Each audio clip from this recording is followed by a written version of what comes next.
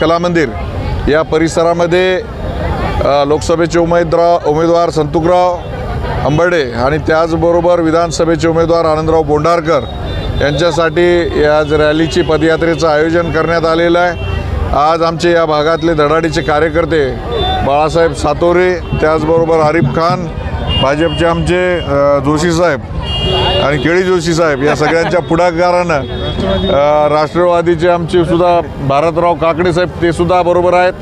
तर शिवसेना, राष्ट्रवादी, भाजप, आमचं RPI सर्व गटाचे कार्यकर्ते इथं उपस्थित आहेत। लोकसभेसाठी कमळ आणि विधानसभेसाठी धनुष्यबाण यासाठी प्रचारार्थ ही रॅली निघत आहे।